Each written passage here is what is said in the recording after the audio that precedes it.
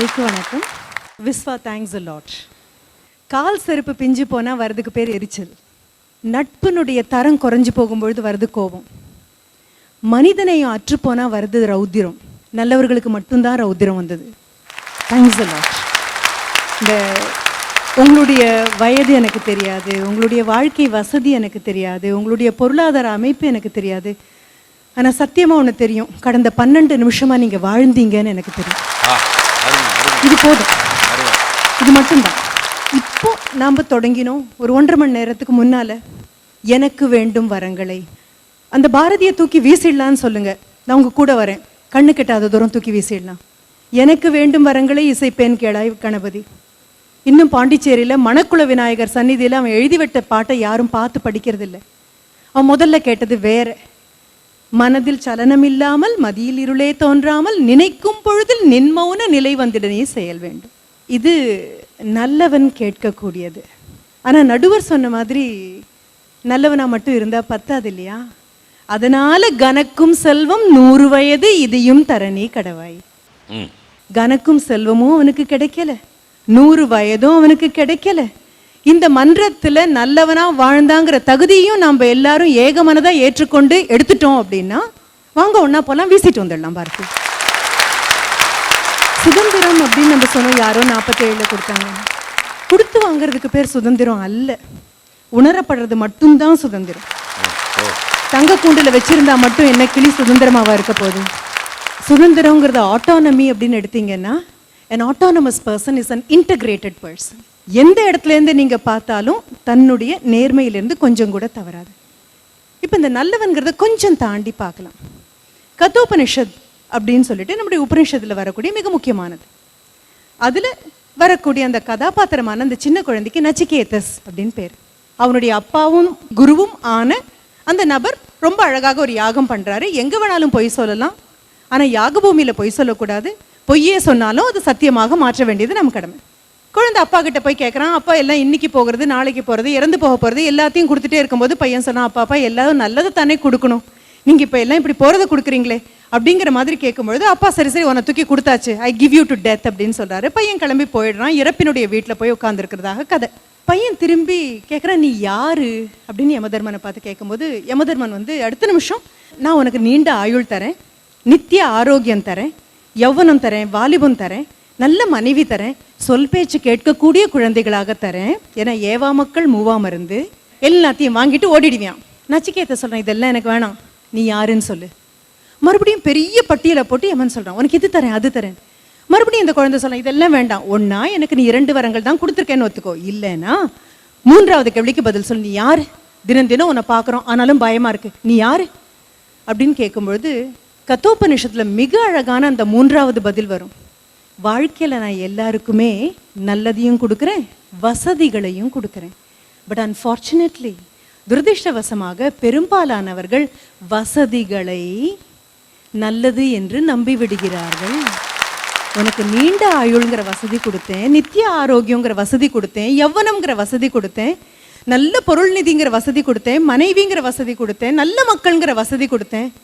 ஆனால் அது எல்லாத்தையும் நகர்த்திட்டு மிக கடினமான கசப்பான புரிந்து கொள்வதற்கு மிக மிக கொடுமையான ஒரு உண்மையை என்கிட்ட கேட்குற நீ மட்டும்தான் நல்லதை கேட்டு வாங்கின. இந்த 3வது பதில் தான் உங்களுடைய கீதோபனிஷதா மாறும். வள்ளுவனையே கூட்டிட்டு வந்தாலும், குணம் நாடி குற்றம் நாடி தேர்ந்தெடுத்தாலும், வள்ளுவன் சொன்ன வார்த்தைப்படி தான் திரும்பியும் போறேன். நல்லவர்களும் வசதியும் இந்த நாட்டில் என்றைக்கும் ஒன்றாக போக முடியாது. மேலை நாடுகளில் மட்டும்தான் பில் கேட்ஸா இருக்கிறவன் பெரிய ஆளு. எல்லாத்தையும் தனக்குன்னு சேர்த்துக்கிறவன பெரிய ஆளுன்னு சொல்லணும்னா you have to go to the western world. எல்லாத்தையும் விட்டவனை மட்டும்தான் பெரிய ஆள்னு இன்றளவும் இந்தியா சொல்லிட்டு.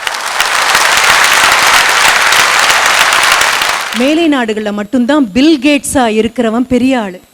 எல்லாத்தையும் தனக்குன்னு சேர்த்துக்கிறவன பெரிய ஆளுன்னு சொல்லணும்னா you have to go to the western world.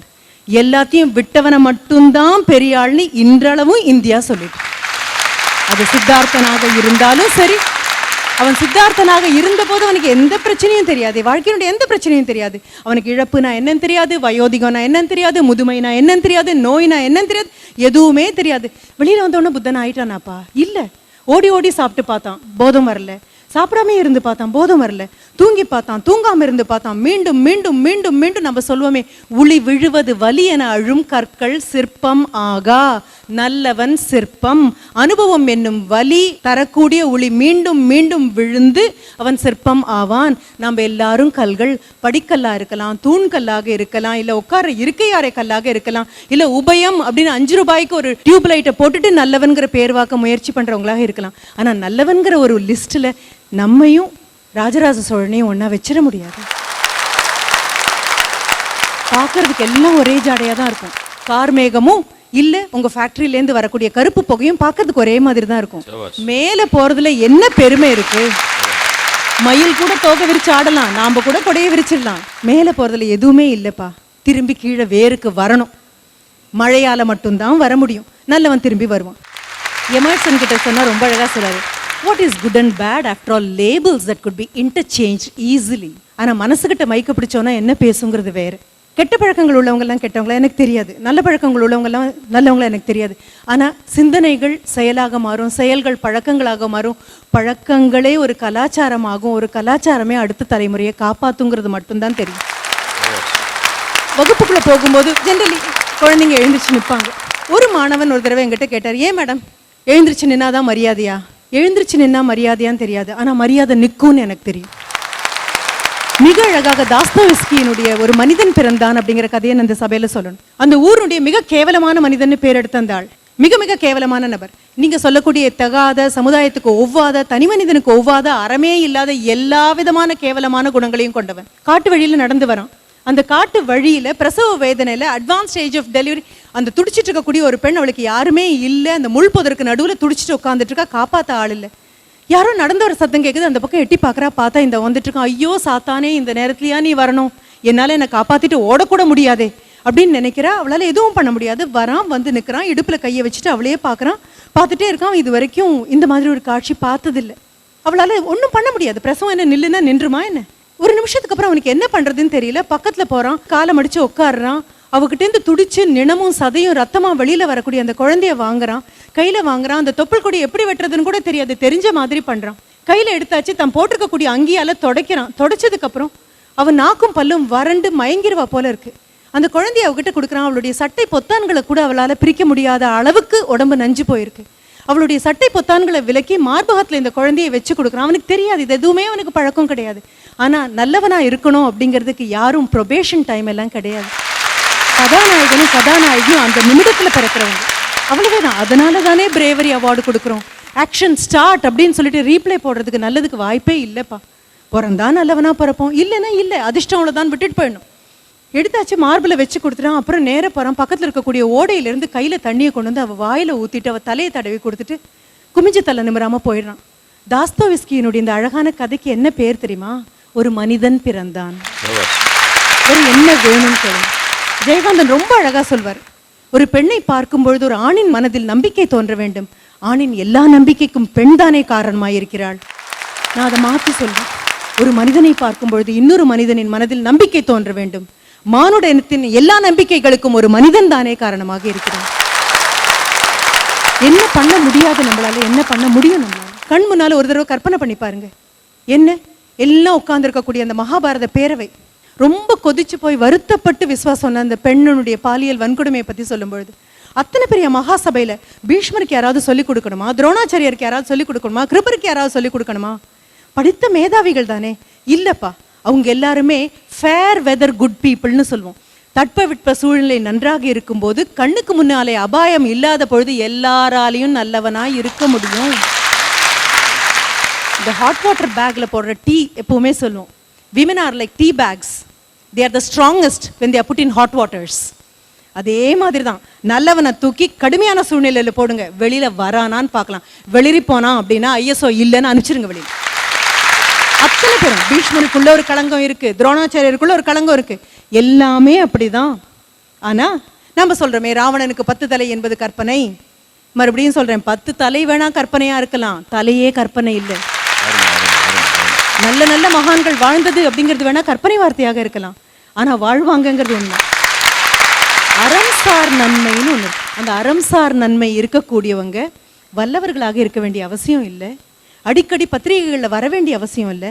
நீங்களும் நானும் போகும்போது நம்ம முன்னால் கால் தட்டின அடுத்த நிமிஷம் அந்த கல்லை எடுத்து ஓரமாக ஒதுக்கி போட்டுட்டு போகிற யாரோ பெற்ற முகவரி இல்லாத, முகம் இல்லாத, மீண்டும் வாழ்க்கையில் நீங்கள் பார்ப்பதற்கான எந்த வாய்ப்பும் இல்லாத அந்த நபர்கள் இருக்கும் வரை கண்டிப்பாக மழை பெய்யும். கற்பழிப்புங்கிற வார்த்தை எனக்கு எப்பவுமே மனசை காயப்படுத்தக்கூடிய ஒரு வார்த்தை. பல மேடைகளில் வாய்ப்பு கிடைக்கும் பொழுதெல்லாம் நான் சொல்லக்கூடியது, கற்பு என்பது ஏதோ காகிதத்தில் பென்சிலால் எழுதி அழிக்கப்படுவது அல்ல. கற்பை இழக்கலாம், கற்பை அழிக்க முடியாது. If goodness is a matter of affordability, இதுவரை முடியாட்டா முயற்சி பண்ணுவோம். முயற்சி பண்ணி முடியாட்டா அது வேற, முயற்சி பண்ணவே முடியாட்டா அது வேற. முயற்சி பண்ணுவோம். நானும் நீங்களும் இன்னும் கோவப்படலாம், இன்னும் ஆவேசமாக பேசலாம். ஆனால் எங்கேயோ ஒவ்வொரு இடத்துலையும் உட்காந்துட்டு இருக்கக்கூடிய நல்லவர்கள் இருக்காங்க இல்லையா, அவங்களுக்கான ஒரு வார்த்தை, சூறாவளிகள் நட்சத்திரங்களை ஒன்றும் செய்வதில்லை. நீங்களும் நானும் போராடலாம், நீங்களும் நானும் உண்டு இல்லை உண்டு இல்லைன்னு சொல்லலாம். ஆனா நல்லவன் உங்களின் அனுமதி இன்றி கூட நல்லவனாகவே தான் வாழ்ந்து கொண்டிருக்கிறான். கேட்கல, வாழ்க்கை வந்து இங்க நிக்கட்டுமா அப்படின்னு கேட்கல. சீதை வனவாசம் போனதுல உங்களுக்கு எனக்கும் சம்மதம் இல்லை. திரௌபதி மானபங்கப்பட்டதுல உங்களுக்கு எனக்கும் சம்மதம் இல்லை. ஏன் ஏசுநாதர் சிலுவையில் அறையப்பட்டதுல கூட உங்களுக்கு எனக்கும் சம்மதம் இல்லை. ஆனா அவங்க எல்லாம் நல்லவங்க. வாழறது அப்படிங்கிறது வசதிகள் அல்ல. இன்னைக்கும் நீங்களும் நானும் பேசும்போது அவங்க வாழ்ந்துட்டு தானே இருக்காங்க. இதை மறுக்க முடியாது. ஏன் நின்றுக்கிட்டு பார்க்கும்போது எல்லாம் அப்படிதான் தெரியும். சீன பெருஞ்சுவர் கூட அது மாதிரி ஏறி நின்னீங்கன்னா கோணையா தான் இருக்கான். ஆனா நிலாவிலிருந்து பார்த்தா நேர்கோடா தெரியும் அப்படின்னு சொல்றாங்க. கொஞ்சம் நகர்ந்து நிற்கலாம். எனக்கு சீன பெருஞ்சுவருக்கு நான் போனதில்லை, ஆனா இன்னொன்று எனக்கு தெரியும். ஆகாயத்தை நிமிர்ந்து பார்த்தேன்னு வைங்களேன், மேலே பறந்துருக்கக்கூடிய பறவை நேர்கோட்டில் தான் பறக்குது. அதனுடைய நிழல் மட்டும்தான் ஏறி ஏறி ஏறி இறங்கி மண்ணுலையும் மேட்லையும் இறங்கிட்டு இருக்கு. நிழலை பார்த்துட்டு நான் சாத்தியம் இல்லைன்னு சொல்லக்கூடாது. என் பார்வையை மேல் நோக்கி நான் மாற்றிக்கணும். நேர்கோட்டில் போக முடியும். இந்த நம்பிக்கையோடு தான் நம்ம எல்லாரும் போகணும். நன்றி, வணக்கம்.